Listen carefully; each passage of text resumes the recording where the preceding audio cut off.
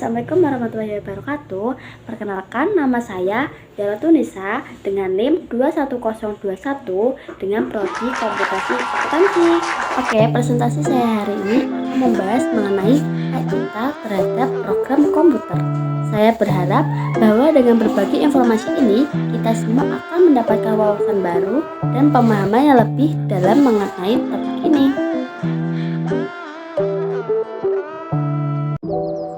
Apa sih hak cipta itu? Hak cipta terdiri atas hak ekonomi dan hak moral. Hak ekonomi, hak untuk mendapatkan manfaat ekonomi atas ciptaan serta produk.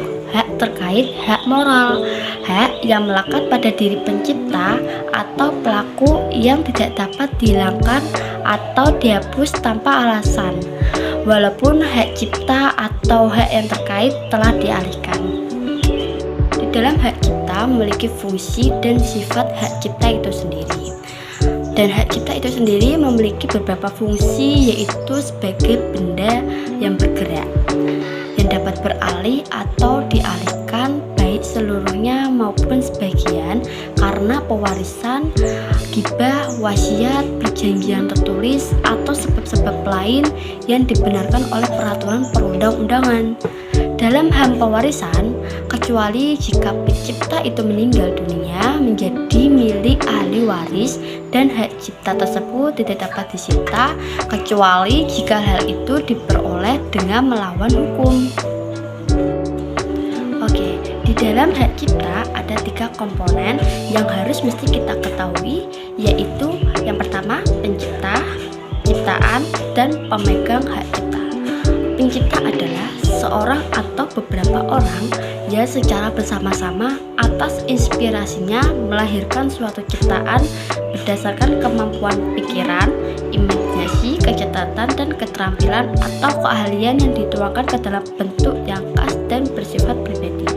Sedangkan ciptaan adalah hasil setiap karya pencipta yang menunjukkan keasliannya dalam bidang ilmu pengetahuan, seni, atau sastra.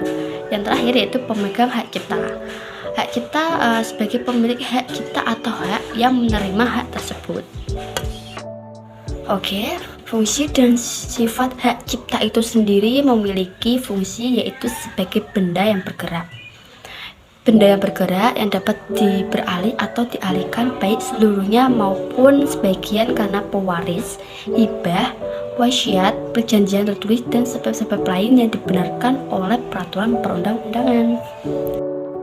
Nah, ada beberapa jenis hak cipta yang dilindungi, seperti contohnya buku, program komputer, pamflet, layout, karya tulis yang diterbitkan, ceramah, kuliah, pidato, dan ciptaan lainnya sejenis.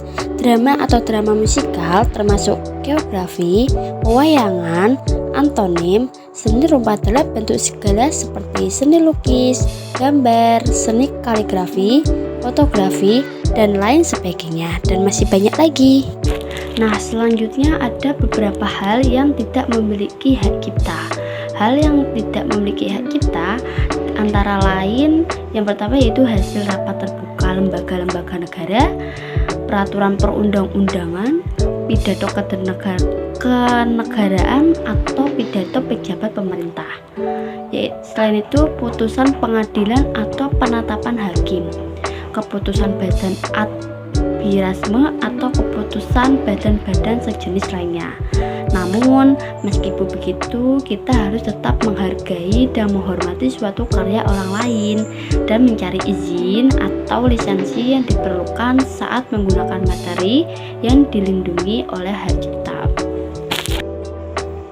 Nah, ada juga beberapa hal yang tidak dianggap pelanggaran hak cipta, seperti contohnya perbanyaklah suatu ciptaan selain program komputer secara terbatas dengan cara atau alat apapun atau proses yang serupa.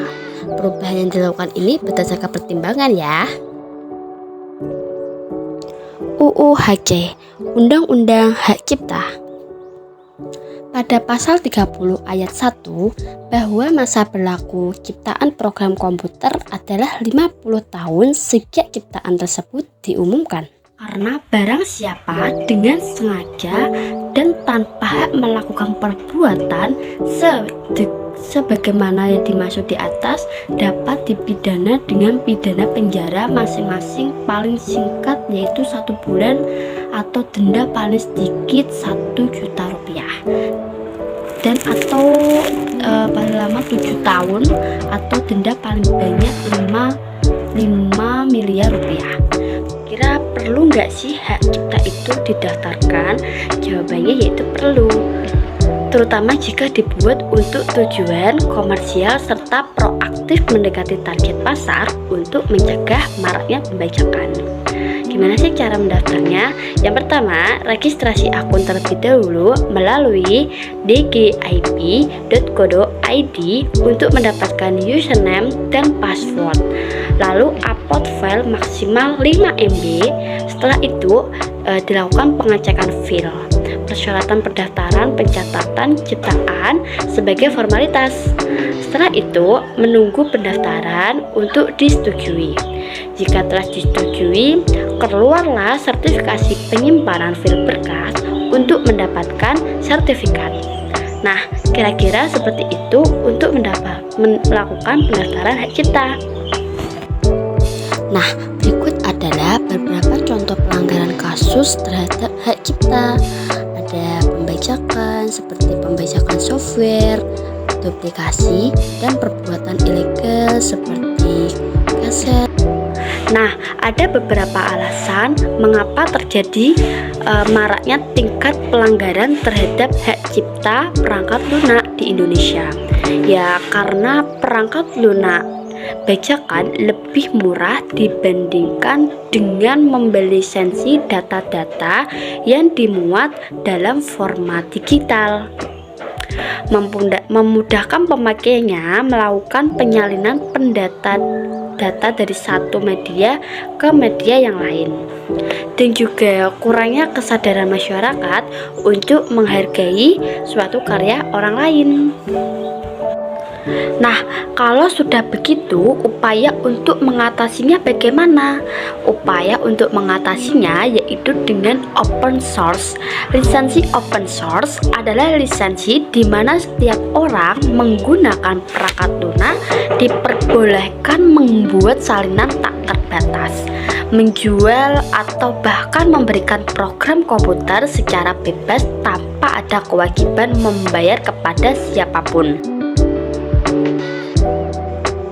Karena tujuan open source ini untuk membuat evaluasi program berlangsung dengan mudah. Oke, kesimpulan dari hak cipta merupakan hak hukum yang diberikan kepada pencipta karya asli untuk melindungi ekspresi kreatif mereka dari penggunaan yang tidak sah oleh orang lain.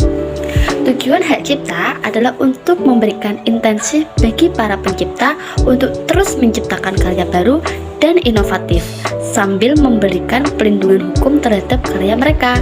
Menghormati hak cipta adalah bagian integral dari etika bisnis dan penghargaan terhadap upaya dan kreativitas para pencipta. Dengan menghormati hak cipta, kita dapat mendorong lingkungan yang berdaya dorong bagi inovasi dan kreativitas sambil menjaga keadilan bagi para pencipta untuk mendapatkan manfaat dari karya mereka. Nah, sekian presentasi dari saya. Bila ada kesalahan kata yang disengaja maupun tidak sengaja, saya minta maaf atas perhatiannya. Assalamualaikum warahmatullahi wabarakatuh.